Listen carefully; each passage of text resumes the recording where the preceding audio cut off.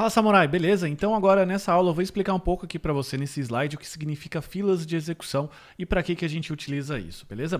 Para a gente começar aqui a entender o problema, eu vou pegar aqui um exemplo que a gente acabou de fazer no envio de e-mails e vou explicar em cima dele, beleza? Vou imaginar o envio de um e-mail como uma operação custosa. O que é uma operação custosa? Uma operação que demanda muito processador. Ah, mas é só enviar um e-mail, né? Parece ser simples. Beleza, só que ele demora pelo menos o tempo ali de conexão, o tempo de resposta do outro servidor, e essas atividades elas podem começar a se acumular dentro do servidor, fazendo com que ele caia, porque quando você está usando um servidor para um usuário, tudo bem, mas quando você começa a servir milhares e milhares de usuários, esse servidor ele vai começando a ficar muito pesado, com a operação muito pesada, e acontece o que a gente chama de timeout, ou seja, ele demora tanto para executar que o outro lado que chamou aquela operação acha que ele morreu, e por isso ele dá falha de conexão e ele acaba desistindo, beleza?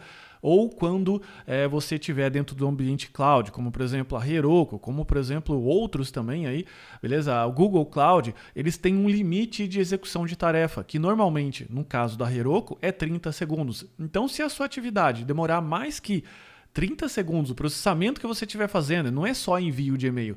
O processamento como um todo, o que acontece? Ele mata o processo, mata aquela requisição e o aplicativo, no caso o front-end ou o website que tiver solicitado aquilo lá, ele recebe também uma resposta de erro. E como que a gente pode lidar com essa situação?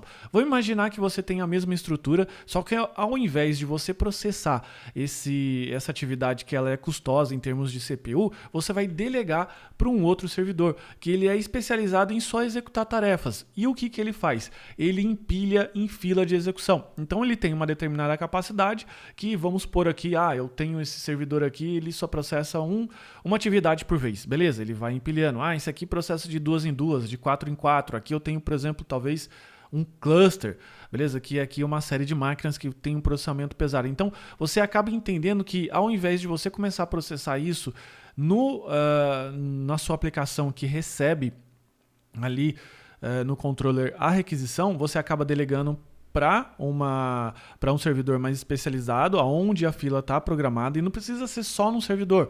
Pode ser no mesmo servidor, mas de repente num processo separado, inclusive, como a gente vai fazer aqui, beleza? Então, o tempo de resposta que a sua aplicação, no caso a API REST, precisa ter é só o tempo de escrita dentro daquele banco de dados de execução, de fila de execução que aquele outro processo vai fazer, beleza? Então essa é uma forma muito mais inteligente, muito mais interessante quando você vai trabalhar com processos pesados, envio de e-mail, processamento de alguma planilha, por exemplo, ou alguma atividade aí que envolva, como eu comentei, processamento, beleza? Então agora que a gente entendeu aqui o contexto do problema, a gente vai cair para dentro do código e a gente vai aprender a fazer isso aqui no Node.